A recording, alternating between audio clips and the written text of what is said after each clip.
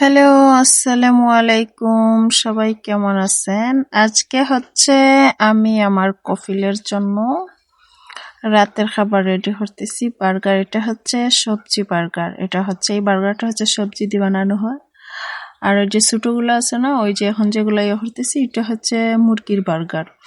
তো মুরগির হচ্ছে আমি খামু, আর সবজির বার্গার খাবে আমার কফিলে। তো আমি হচ্ছে আজকে কিভাবে আমার কফিলের জন্য বার্গার রান্না করি আপনাদেরকে দেখাবো। সবাই যেভাবে খায় আমার কফিল হচ্ছে এভাবে খায় না, অন্যরকম ভাবে খায় আমার কফিলে বার্গার। তো আজকে আমি রাত্রের জন্য আমার কফিলের জন্য বার্গারের সাথে আর কি কি রান্না করতেছি এগুলো আপনাদের সাথে শেয়ার করতেছি। যদি আপনাদের ভালো লাগে অবশ্যই ভিডিওটি দেখবেন, চ্যানেলটা সাবস্ক্রাইব করবেন, আর হচ্ছে পাশে থাকবেন, লাইক কমেন্ট করবেন, কেমন হয়েছে জানাইবেন, বুঝতে পারছেন? তো আমি হচ্ছে বার্গারটা হচ্ছে করছি, একটু তেল দেওয়া, অল্প একটু তেল দিয়া আগুনটা একটু কমাইয়া বসাইয়া রাখছি যাতে হয়, বাজি হয়, কারণ বেশি তেল দিয়া বাজ্যা তারা হচ্ছে খায় না। আর হচ্ছে এটা হচ্ছে আমি সুরবা রান্না করব, মানে স্যুপ রান্না করব আর কি। এটা হচ্ছে মাশরুমের স্যুপ রান্না করব, এজন্য হচ্ছে আমি ইয়েটা বসাইছি। এই যে দেখেন গাটটি,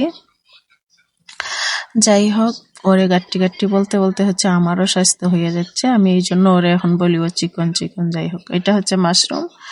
তো গরম পানিতে দিলে হয় কি, এটা দলা বান্ধালা, এই জন্য হচ্ছে আমি ঠান্ডা পানি ব্যবহার করি। ঠান্ডা পানি দিলা এটা সেইরা এটারে হইরা তারপরে চুলায় বসাইলে তো আর দলা বান্ধে না, না হয় একদম সাক্কা সাক্কা হইয়া থাকে, সুরবা ভালো হয় না। তো এটা আর কি, ওরা আর কি এটা সুরবা দেখে। তো যাই হোক, আমি এটা বসানো শেষ হয়ে গেছে। এখন হচ্ছে আমার কফিলের জন্য আমি ফল কাটবো। ওগুলা হচ্ছে ফল। আমার কফিল হচ্ছে ফল খায় দিয়া টক দই দিয়া, এভাবে সবকিছুরে ছোট যাই থাকে সবসময় বেটায় ফল আনে। তো যাই করে দেখে সবকিছুরে খাইটা দিলে বাটির মধ্যে দিয়া পরে একটা টক দই সাথে দিয়া দিলাই রাতের খাবারের সাথে, তারপর বেটা মিক্স করে খাইয়া ফেলা। তো আজকে টক দই নাই, আমি আর টক দই আজকে দিব না, শুধু ফলগুলা দিব। পরে বেটা যদি খাইতে চায়, বেটার ছেলেরই তার বাসা থেকে আইনা খাইবে, সব বাইয়ের বাসা আছে পাশে। তো আপনারা কি করেন, কি অবস্থা, দিনকাল কেমন কাটে একটু জানাইবেন। কে কোথায় থেকে ভিডিও দেখেন একটু জানাইবেন। আমি হচ্ছি আমার নতুন চ্যানেল, সবাই পাশে থাকবেন, হেল্প করবেন, এটা আমার আপনাদের কাছে আমার আন্তরিকভাবে আশা আর কি। এটা হচ্ছে স্ট্রবেরি। স্ট্রবেরি ভালো লাগে কারণ হচ্ছে স্ট্রবেরি টক, আর টক তো মেয়েদের হয়েছে পছন্দের খাবার না, এই জন্য। তো আমার এটা এক্সাইট হয়ে গেছে, তো আমি উল্টাই দিতেছি, এগুলা ফুরা ফুরা হয়ে গেছে, তাও দেখা যাচ্ছে না ক্যামেরা। আমি ভাবছি দেখা যাবে, যে গুপে ধরছে ভাই, হেসি বাইয়া পড়ছে, বুঝতে পারছেন? এখন কি করব, তাড়াতাড়ি অন্যদিকে তাকাইয়া হেসি দিলাম আর কি, খাবারের দিকে তো আর দেওয়া যায় না। তো আমি হচ্ছে বার্গার বানানোর জন্য ওই সামান আনতেছি।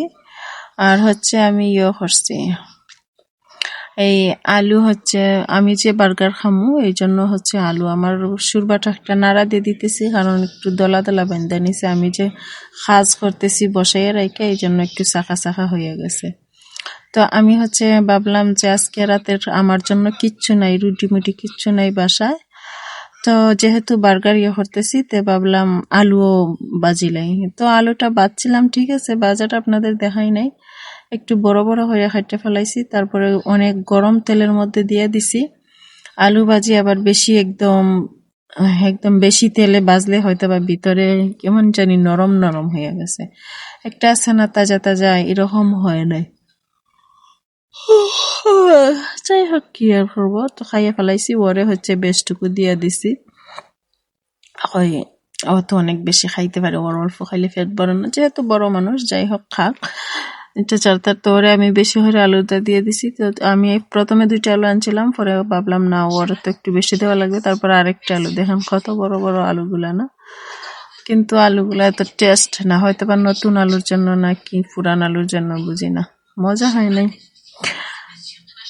আর খাস করতে করতে হচ্ছে আমি আমার বাবির সাথে ফোনে কথা কইতে এসেছি। আমার কপিলের বউর সাথে আমার প্রত্যেক দিন ঝগড়া হয়, কেন আমি এত ফোন করি। আমি আসলে আমার বাবির সাথে সারাক্ষণ ফোনে কথা হয়, আজকে হয়েছে কল খাইটটা দিলাইছে, আমি হচ্ছে মোবাইলটার এটা টাচ টুস করে ভাঙ্গিয়া সাঙ্গিয়া ফেলাই লিছিলাম, ভাবছিলাম আজকে সব ভাঙ্গিয়া ফেলাম।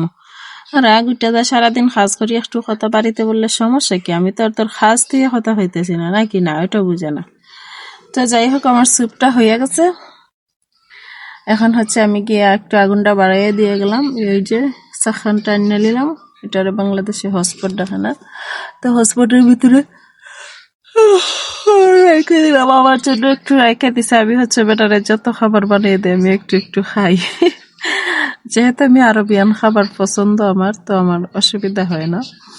তো আমার কপিল হচ্ছে এইভাবে বার্গার খায়, বুঝতে পারছেন? এই যে খাস দেখছেন, এটা বাংলাদেশে এটা কি জানি না, ওই খাসের মধ্যে দিয়ে ওইখানে সস মিশাইয়া এইভাবে গুইরা, এই যে যখন ডাকনা দিয়ে ঢাকা এই খাস দিয়ে পাতা দিয়ে, তো দুইটারে এইভাবে হচ্ছে সাজাইয়া গুজাইয়া আমি কন্যা বেডি বানাই এইটার ভিতরে দিয়ে দিমু।